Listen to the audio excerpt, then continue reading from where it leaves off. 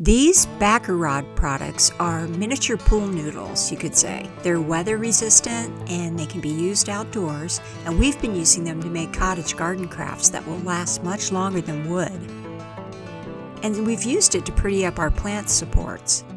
And you know, if backer rod manufacturers knew that if they made these in all different colors, the crafts market would go crazy for them. They'd make a fortune. Here we're using an ordinary metal garden fence. You've seen these, they're not very expensive, and I'm bending it around a basket to get a slightly curved shape.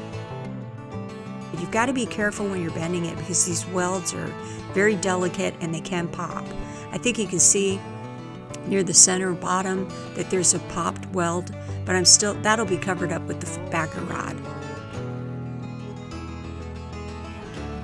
First, we're going to use the backer rod to cover one of the arches, so get a rough estimate of the length that we need. It's really easy to cut, and here I am cutting it pretty much down one side, straight down the middle, not all the way through, and you can slip it right over the wire. You can go over where the wires cross. You can use scissors to cut. We'll show a little bit later how you can make a little cut there. Then you hold the backer rod together with twist ties. So we just used little twist ties. We're doing all the arches, and as you can see, we wrapped a thinner backer rod around the arches to give it a little texture. So this helps hold the backer rod onto your project and gives it that cottage garden woven willow or rattan look.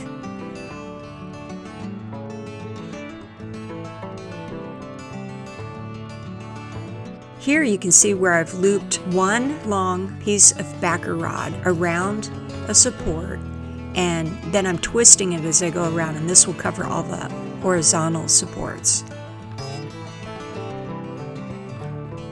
They'll take paint. Most of them will hold the paint indefinitely.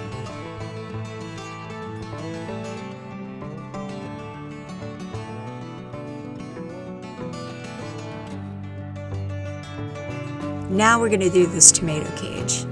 First, we're going to cut it right about here using these bolt cutters, and you can get these bolt cutters for around $40 or even less, and you'll use them for so many things in your garden if you like to do crafts.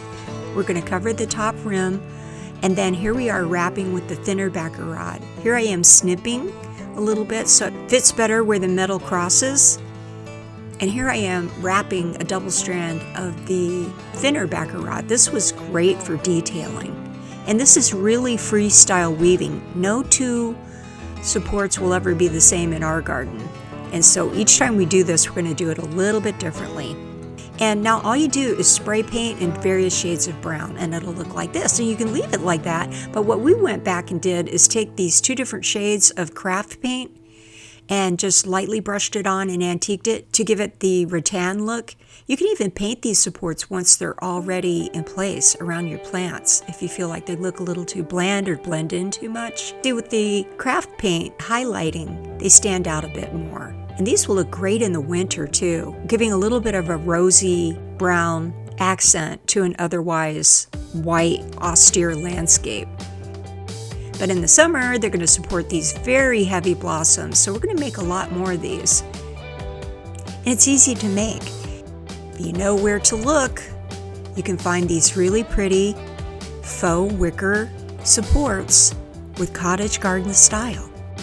Just think how good your garden metal could look, a piece of fence or an ordinary support, if it had a little twist to it, like this. So don't miss the next project at Love for a Country House. Click the sun logo to subscribe.